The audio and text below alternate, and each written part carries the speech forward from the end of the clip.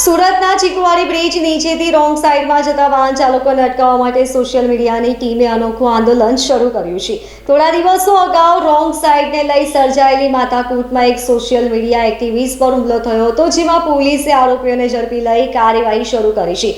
ત્યારે સોશિયલ મીડિયાની ટીમે હાથમાં બેનર અને પોસ્ટર લઈને ઊભા રહી લોકોને રોંગ સાઈડમાં જતા અટકાવવા માટે જાગૃતિ લાવવા પ્રયાસ કર્યો છે.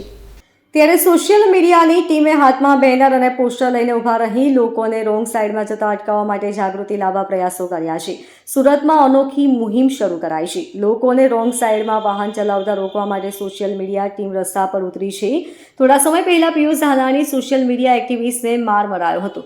હાથમાં પોસ્ટર બેનર રાખી લોકોને રોંગ સાઈડમાં ન આવવા અપીલ કરવામાં આવી હતી. રોંગ સાઈડમાં આવનાર વાહન ચાલકોને પરત મોકલી અપાયા હતા. વહેલી સવારે લોકો રોંગ સાઈડમાં ન આવે તેના માટેની ટીમ તૈયાર થઈ છે. દરરોજ કાપોદ્રા, વરાછા સહિતના વિસ્તારમાં આ ટીમ કામગીરી કરશે. ત્યારે સવાલ ઊભો થાય છે કે હુમલાઓ થાય, ટીમો મેદાનમાં ઉતરે, પરંતુ પોલીસ તંત્ર શું કરી રહ્યું છે? શું પોલીસ તંત્રની કામગીરી પણ પ્રજાએ કરવાની રહેશે કે કેમ, તેવા સવાલો પણ લોકો ઉઠાવી રહ્યા છે. Bureau report, LK star news, Surat.